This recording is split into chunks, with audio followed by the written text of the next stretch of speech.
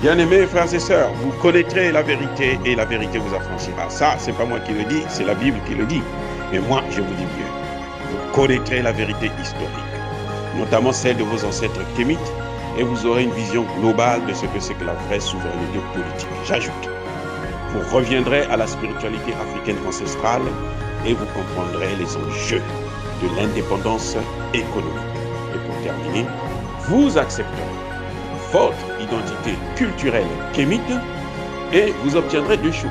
La première, c'est la paix. La seconde, c'est le développement, à une condition. L'unité de toute l'Afrique noire, l'unité de tous les Noirs du monde entier. Otep à tous. Bienvenue sur la chaîne des panafricanistes, par essence, par conviction et par excellence. Celle des citoyens kémites par nécessité et obligation de combat. Nous sommes une chaîne qui n'est guidée que par nos ancêtres et rien que par les ancêtres qui appartiennent à l'égrégore du monde noir. Par conséquent, nous ne croyons en aucun Dieu venu de l'étranger. Toutefois, cette vidéo n'est aucunement destinée à inciter à la haine ou à la violence, car nous menons un combat qui est d'abord et avant tout spirituel, intellectuel et démocratique. Ensuite, il est politique, géopolitique et géostratégique contre l'impérialisme, le colonialisme, le néocolonialisme et l'endocoloniat, qui sont tous qualifiés de crimes contre l'humanité. Nous menons ce combat sur la base du principe fondamental que nous avons hérité de nos ancêtres kémites, qui est celui de la Mahat, c'est-à-dire solidarité, vérité et justice.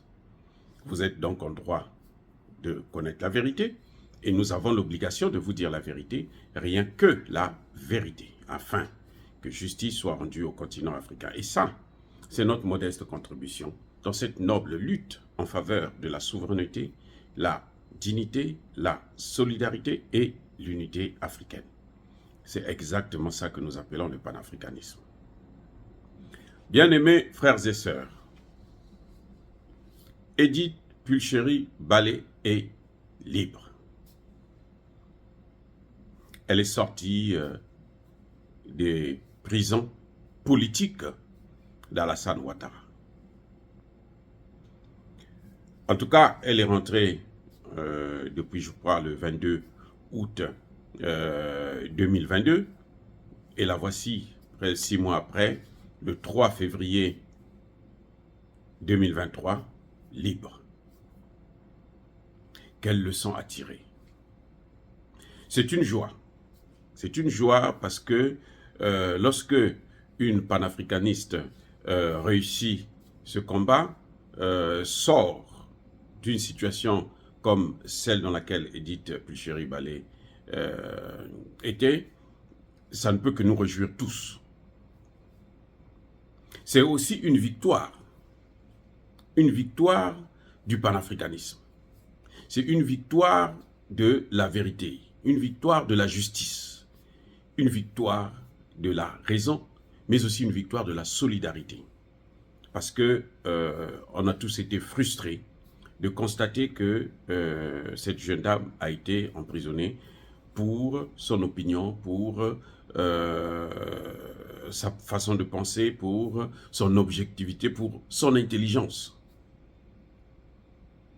Mais il n'y a pas que la victoire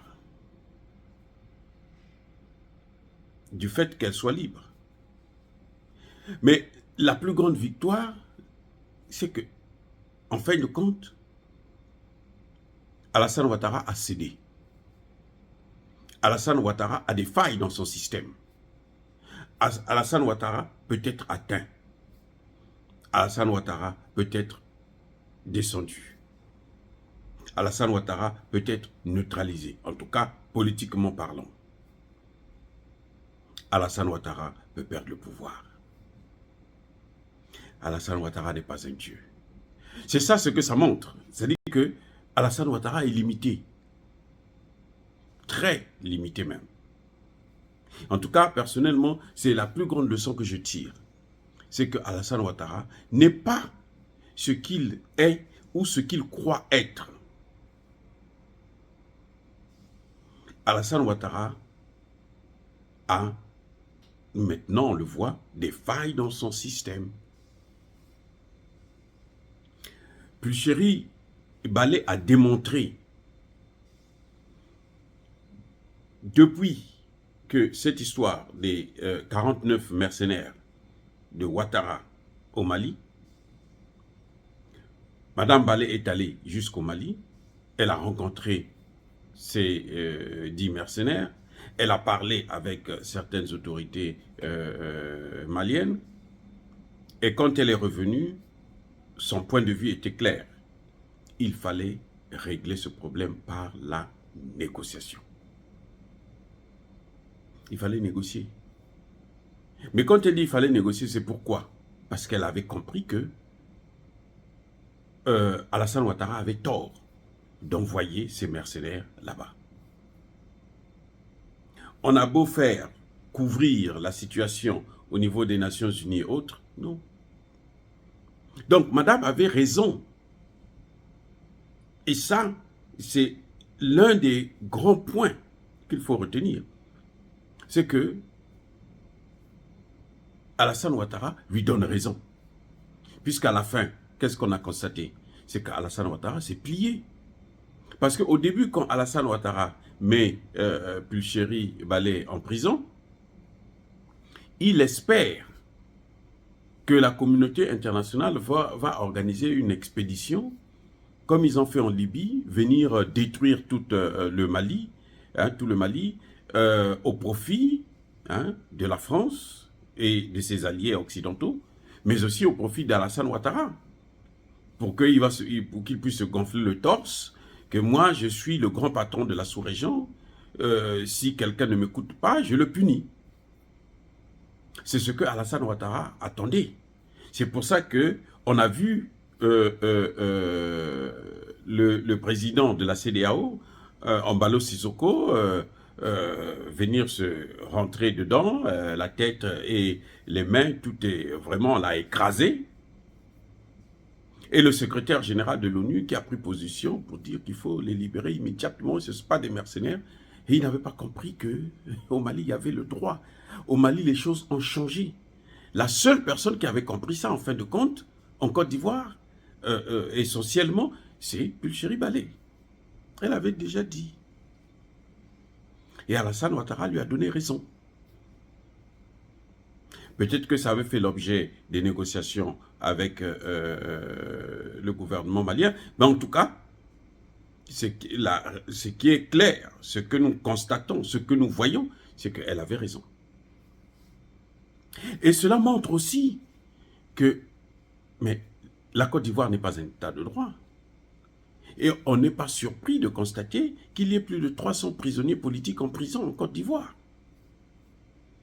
Ça, ce sont des éléments clairs qui montrent que la France, quand on est avec elle, eh bien, ce n'est pas pour un état de droit. Ce n'est pas pour la vraie démocratie, ce n'est pas pour le développement. Tout ce que vous voyez en Côte d'Ivoire, c'est la poudre aux yeux. Il n'y a rien de fondamental qui se fait, notamment avec la France, puisque aujourd'hui, il est clair que les pays francophones, ce sont les pays qui se portent au plus mal par rapport aux pays anglophones. Donc voilà, nous saluons la libération de Pulchéry Balé, mais nous tirons des leçons. Si la Côte d'Ivoire, si le peuple ivoirien se réveille, le peuple ivoirien pourra reprendre sa souveraineté. Parce qu'aujourd'hui, la souveraineté ivoirienne, elle est dans les mains de qui? Elle est dans les mains de Alassane Ouattara. Même pas d'Alassane Ouattara, de la France. Alassane Ouattara croit que c'est lui qui a la souveraineté, qui détient le pouvoir. Mais en fait, ce n'est pas lui. C'est ceux qui l'ont placé au pouvoir. Notamment la France, les États-Unis. Ce sont eux qui contrôlent. Et ça montre aussi un élément fondamental. Nous ne devrons pas perdre espoir dans ce combat panafricaniste. Aujourd'hui, le Mali s'est libéré, le Centrafrique s'est libéré, le Burkina Faso est en train de se libérer, donc la Côte d'Ivoire aussi peut se libérer, le Niger aussi peut se libérer. C'est ça la leçon que je tire de cette affaire, de cette incarcération injuste et injustifiée de Madame Pulchéry Balé. Dire cela, c'est inciter à la haine ou à la violence? Non. Ya Bakoler V. Encore une fois, bien-aimés frères et sœurs, soyez bénis, abondamment bénis par le Dieu des Kémites et par nos ancêtres angélisés. J'ai dit, et que tous ceux qui persécutent le continent africain, tous ceux qui le déstabilisent, qu'ils soient noirs ou qu'ils soient blancs, qu'ils soient foudroyés, punis, neutralisés, écrasés par le Dieu des Kémites et par nos ancêtres angélisés. J'ai dit et j'assume.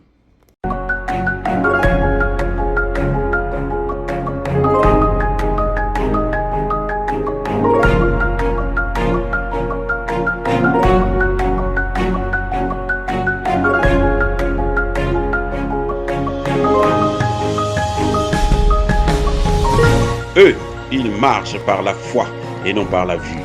Mais moi, je vous conseille vivement de marcher par la connaissance scientifique et historique, notamment celle de nos ancêtres kémites, par les 5 sens et par l'intelligence. À vous, Pierre.